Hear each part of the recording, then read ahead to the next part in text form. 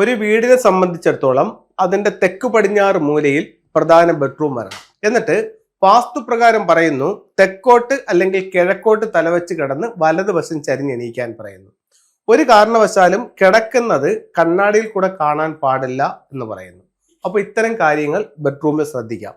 അതിനോടൊപ്പം ബെഡ്റൂമിൽ ജലത്തിന്റെ സാന്നിധ്യം, അതായത് അക്വേറിയം, വാട്ടർ ഫൗണ്ടൻ എന്നിവ ബെഡ്റൂമിൽ പാടില്ല. അതോടൊപ്പം തന്നെ വാട്ടർഫാൾസിന്റെ ചിത്രങ്ങളും ബെഡ്റൂമിൽ പാടില്ല. കിച്ചണിലേക്ക് വരുമ്പോൾ ശ്രദ്ധിക്കേണ്ട കാര്യം എന്ന് പറയുന്നത് കിച്ചണിൽ റെഡ് കളറുകൾ പാടില്ല. ഇപ്പൊ നിങ്ങളുടെ ഒരു കുക്കർ, റെഡ് കളറിൽ ഒരു കുക്കർ അവിടെ ഇരിക്കുന്നു, അതിനെപ്പറ്റിയല്ല. ഒരു മിക്സി അവിടെ ഇരിക്കുന്നു, അതിനെപ്പറ്റിയല്ല ഞാൻ പറയുന്നത്.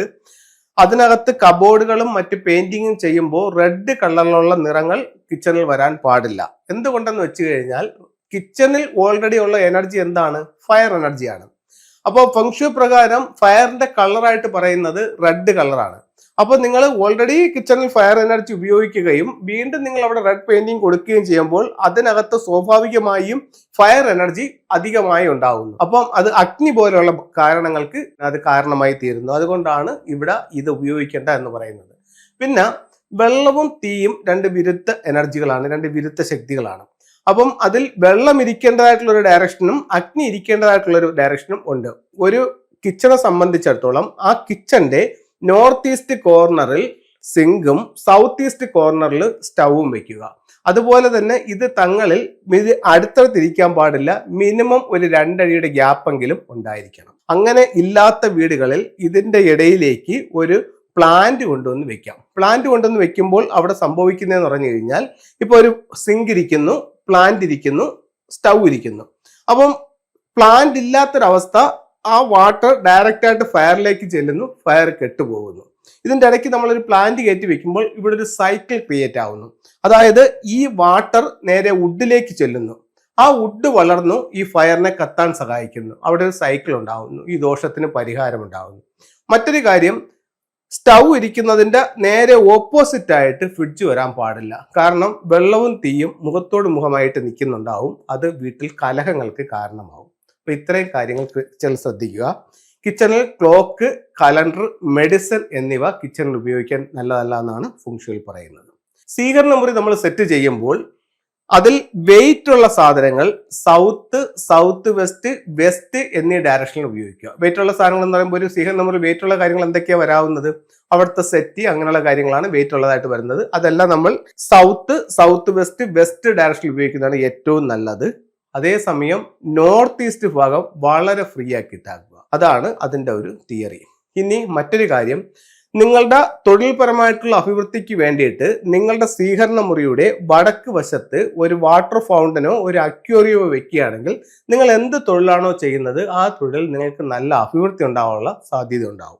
ഒരു വീട്ടിലെ നെടുന്തൂണായ ഗൃഹനാഥന് അഭിവൃദ്ധിക്ക് വേണ്ടി നിങ്ങൾക്ക് എന്ത് ചെയ്യാൻ പറ്റുമെന്ന് ചോദിച്ചാൽ, നിങ്ങളുടെ വീടിന്റെ പുറത്ത് വടക്ക് പടിഞ്ഞാറ് കോർണറിൽ നല്ല ക്വാളിറ്റിയുള്ള, ഇപ്പൊ പല വീടുകളിലും കൺസൾട്ടിങ് ചെല്ലുമ്പോൾ കാണാനായിട്ട് സാധിക്കുന്ന പറഞ്ഞു കഴിഞ്ഞാൽ വെറും ലോക്കൽ നമുക്ക് കിട്ടുന്ന വിൻചെയിംസ് ഒക്കെയാണ് പലരും ഉപയോഗിക്കുന്നത്. അത്തരത്തിലുള്ള നല്ല ക്വാളിറ്റി ഉള്ള ഒരു വിൻചെയിം നിങ്ങളുടെ വീടിന്റെ പുറത്ത് നോർത്ത് വെസ്റ്റ് കോർണറിൽ ഇട്ട് നോക്കൂ.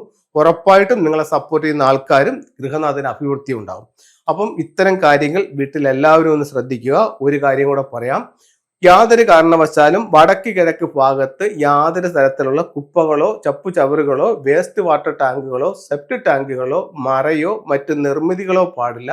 വടക്ക് കിഴക്ക് ഭാഗം വൃത്തിയായി സൂക്ഷിക്കുക. ഇവിടെ ഭാരം വെക്കാനോ മറയ്ക്കാനോ മറ്റു നിർമ്മിതികളോ ചെടികളോ മരങ്ങളോ അശയോ തുണി വിരിക്കുന്ന അയയോ ഒന്നും ഈ ഭാഗത്ത് പാടില്ല. ഇവിടെ എപ്പോഴും നീറ്റ് ആൻഡ് ക്ലീൻ ആയിരിക്കണം. ഇവിടെ നമുക്ക് ചെയ്യാവുന്ന കാര്യങ്ങൾ, ഒന്ന്, വീട്ടിലേക്ക് കടന്നു വരുന്ന ഗേറ്റ് അവിടെ കൊടുക്കാം. രണ്ടെന്ന് പറയുന്ന ആ ഭാഗത്ത് വാട്ടർ എനർജി, കിണർ, ബോർവെല്ല്, സമ്പ് എന്നീ കാര്യങ്ങൾ ആ ഭാഗത്ത് ചെയ്യാം. വസ്തുവിൽ ഏറ്റവും താഴ്ന്നു നിൽക്കേണ്ട ഭാഗം എന്ന് പറയുന്നത് ഏതൊരു വസ്തുവിന്റെയും വടക്ക് കിഴക്ക് ഭാഗത്താണ്. ഇനി ഫെങ്ഷുയുടെ ചില ടൂൾസ് നോക്കാം. ചൈനീസ് വാസ്തുകലയായ ഫെങ്ഷു പ്രകാരം ഒരു വീടിന്റെ സ്വീകരണ മുറിയുടെ 4 ദിക്കുകൾ 4 സ്വർഗീയ മൃഗങ്ങളാൽ സംരക്ഷിക്കപ്പെടുന്നു എന്നാണ്. വടക്ക് വശത്ത് നിങ്ങൾക്കൊരു ആമയെ വെക്കാം, പടിഞ്ഞാറ് വശത്ത് നിങ്ങൾക്കൊരു വൈറ്റ് ടൈഗർ വെക്കാം, കിഴക്ക് വശത്ത് നിങ്ങൾക്കൊരു ഗ്രീൻ ഡ്രാഗൺ വെക്കാം, തെക്ക് വശത്ത് ഒരു ഫീനിക്സ് ബേർഡിന്റെ ചിത്രം വെക്കാം. വീട്ടിലേക്ക് വരുന്ന നെഗറ്റീവ് എനർജികളിൽ നിന്നും വീടിനെ പ്രൊട്ടക്ട് ചെയ്യാനായിട്ട് പ്രധാന വാതിലിന്റെ മുകളിൽ ഓപ്പോസിറ്റ് ആയിട്ട് പുറത്തോട്ട് നോക്കി നിങ്ങൾക്ക് ഒരു ബാക്കോ മിററിന്റെ ഇത് ടൂൾസ് വെക്കാവുന്നതാണ്. ബാക്കോ മിറർ വെക്കാവുന്നതാണ്. ഈ രീതിയിൽ പ്രധാന വാതിലിന്റെ മുകളിലോട്ട് നോക്കി നിങ്ങൾക്ക് വെക്കാവുന്നതാണ്. അതുപോലെ പ്രധാന ഡോറിന്റെ ഈ ബാക്കോ മിററിന്റെ ലെഫ്റ്റിലും റൈറ്റിലും ഇത്തരത്തിലുള്ള 2 ഫ്യൂഡോക്സിന്റെ സിമ്പിൾസും വെക്കാവുന്നതാണ്. ഇനി നിങ്ങളുടെ പണപ്പെട്ടിയിൽ ചൈനീസ് കോയിൻസ്, ഇത്തരത്തിലുള്ള ഗോൾഡ് കളറോ കോപ്പർ കോയിൻസോ ഉപയോഗിക്കുന്നത് നിങ്ങളിലേക്ക് വെൽത്ത് എനർജി കൂടുതൽ വരാനായിട്ട് നല്ലൊരു ടൂളായിട്ട് ചൈനീസ് വാസ്തുകലയായ ഫെങ്ഷുയിൽ പറയുന്നുണ്ട്. എല്ലാവർക്കും എല്ലാ ഐശ്വര്യം ഉണ്ടാവട്ടെ എന്ന് പ്രാർത്ഥിച്ചുകൊണ്ട് നിർത്തുന്നു.